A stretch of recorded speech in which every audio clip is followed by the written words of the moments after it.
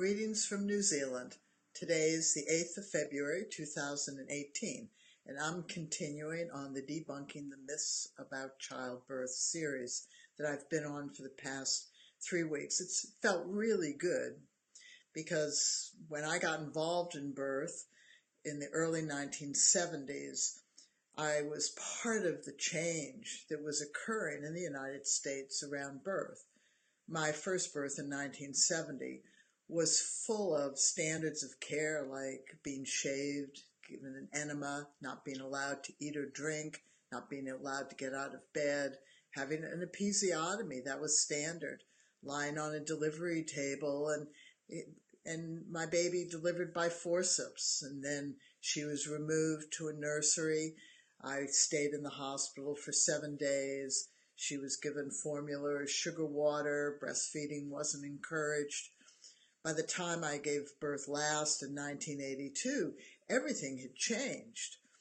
And I want to talk about whether or not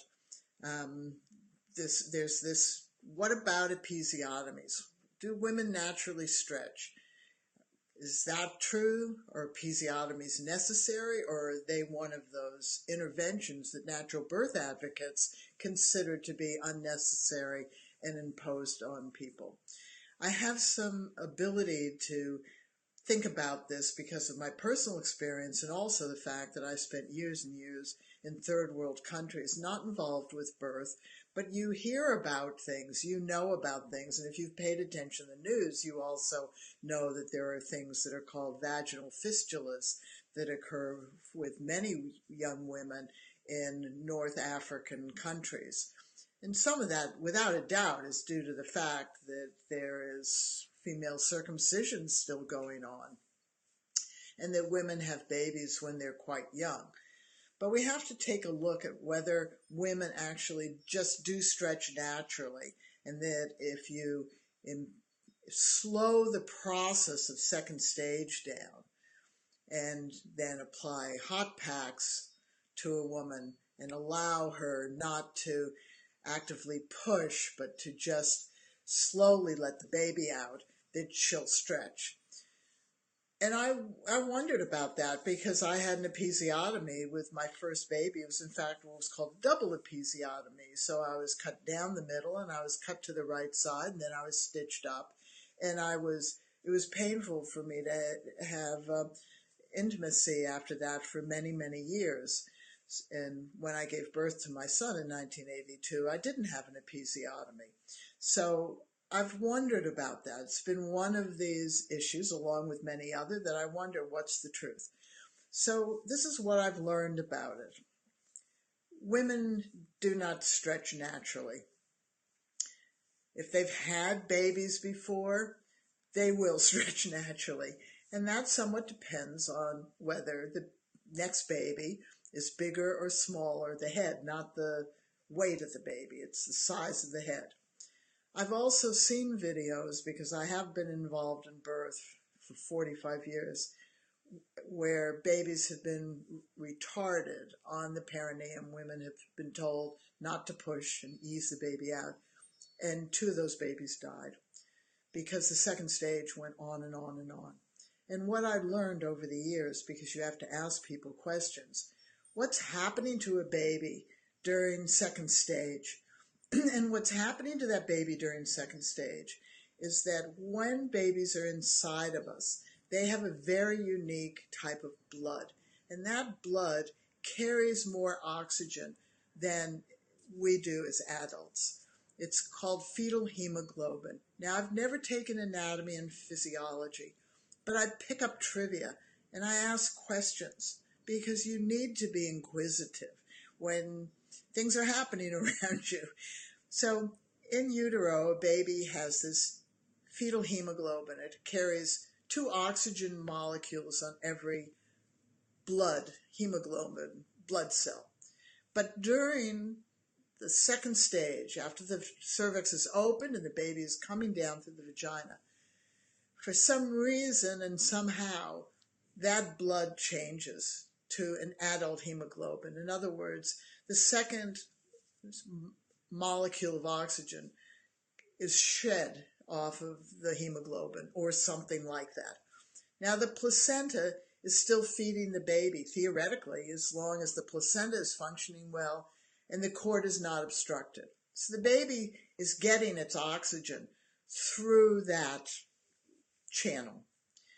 However, and it doesn't breathe in utero, and if it does breathe in utero, that can be a problem. Okay, so a baby shouldn't breathe when it's inside the water. It swallows, but it shouldn't breathe. And babies are biologically mandated to breathe in and out the nose. And that's why you can take young babies and put them into water, and baby swimming is something that babies can do because they shut off their nose breathing up until about 6 months of age. So we have these factors that we know. So babies don't breathe inside, and they are fed through the placenta and the umbilical cord. But it changes during the second stage, which means that sometime during that second stage, the biological mechanism of the baby, which isn't fully understood from my understanding, or it wasn't when I was looking into this years ago, as to why does the baby take its first breath? What causes the baby? If the placenta is still attached and the cord is still attached, what causes the baby to take its first breath? And the suspicion is that what causes it is this drop in fetal hemoglobin and depriving the baby more of oxygen. And so the baby will take its breath, and that's called a gasping reflex.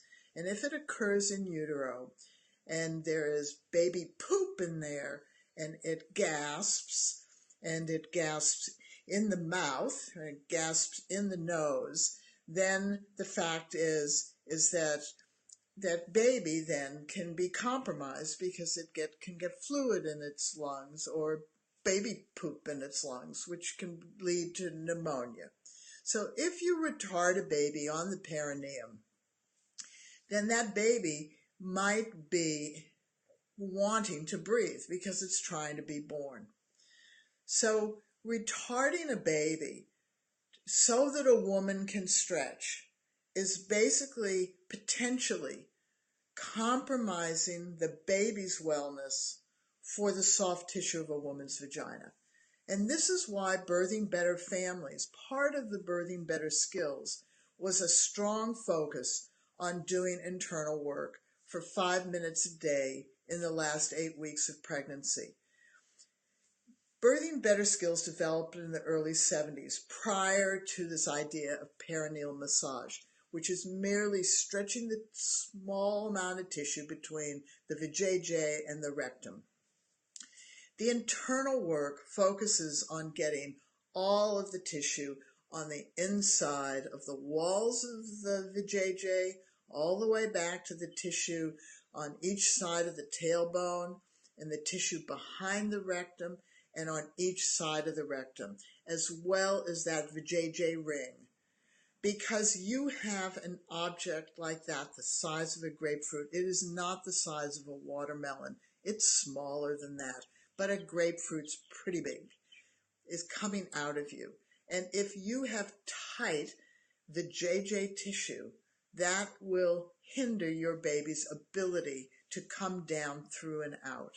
And if it is hindered for an extended period of time, along with this loss of fetal hemoglobin and this urge to breathe, then your baby can try to breathe while it's still inside you, and that can or may compromise your baby. So our job as women is to prepare our body so that one is we don't tear and are damaged in our own body, because if we open up for our baby, then once the birth hormones relax and go away, then our body will reshape itself.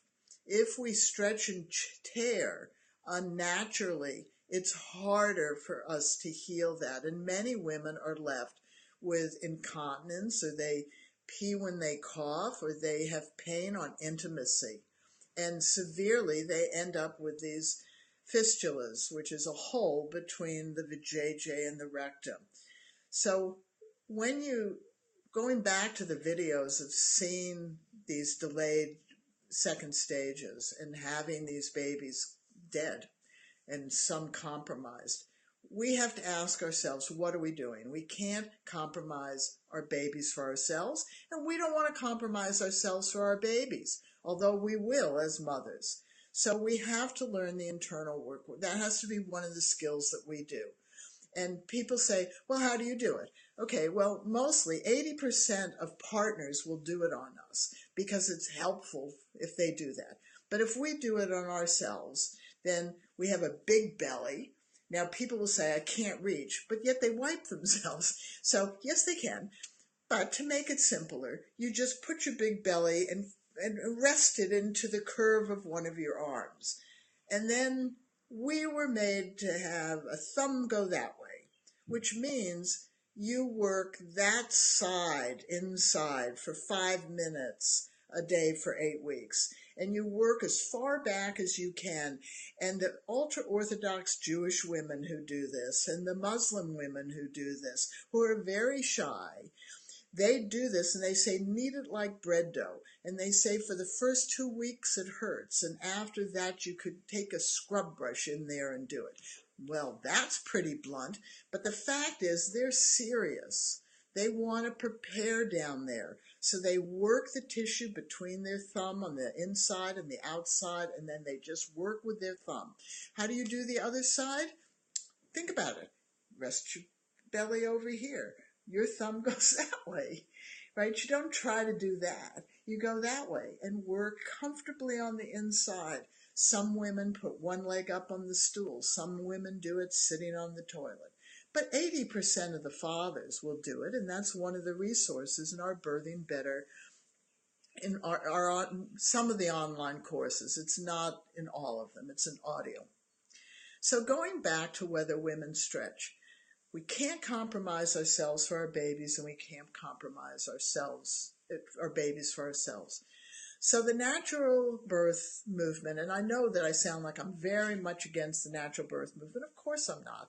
I just want to debunk the myths, because the word natural birth movement implies that that natural means good, easy, simple, and good outcome. In my 45 years experience and my work in third world countries not involved with birth clearly shows that the word natural means that if it could happen, it might happen, whether it's good or bad. And so we can't assume or take the natural birth movement as meaning that everything is rosy and fine.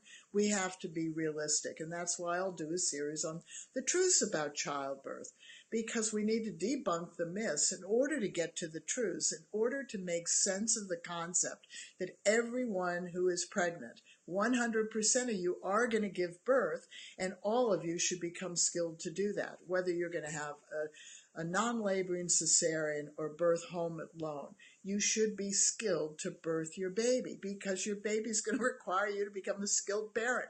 I have kids. I had to become a skilled parent. So I became a skilled birthing mother, and my husband became a skilled birthing birth coach. And if it hadn't been my husband, it would have been someone else. So the other thing that the natural birth movement said is apply hot packs to the woman's vagina. Now, this honestly just freaked me right out. I really want to tell you, it freaked me out. It always has. And that's very rare that I would ever say that I'm freaked out by any comment around childbirth. The two things that have freaked me out is do Kegel exercises as a way to develop strong muscles to push your baby out. We've been saying that to each other as women since I was pregnant in 1969. It's wrong. Stop doing them from 6 months on. Pick them up after the birth, do them for the rest of your life. I do them now, but for pregnancy and birth, it is a myth. It's wrong. We need to stop telling women to do pelvic floor exercises as a way to prepare for birth. Tighten up down there. Is that going to hinder or help that? Be strong down there. Is that going to help or hinder that? It's going to hinder it. You need to be open, mobile, pliable, soft, willing to give and not stretch.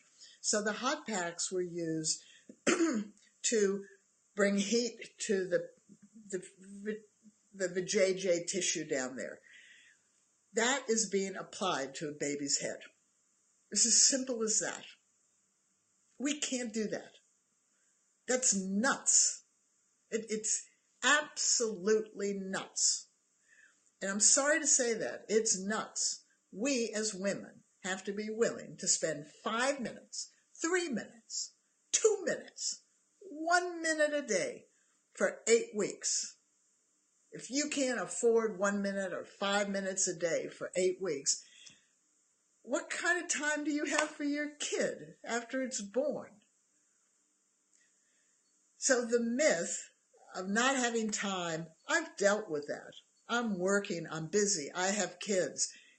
You have kids, they're filling up your time.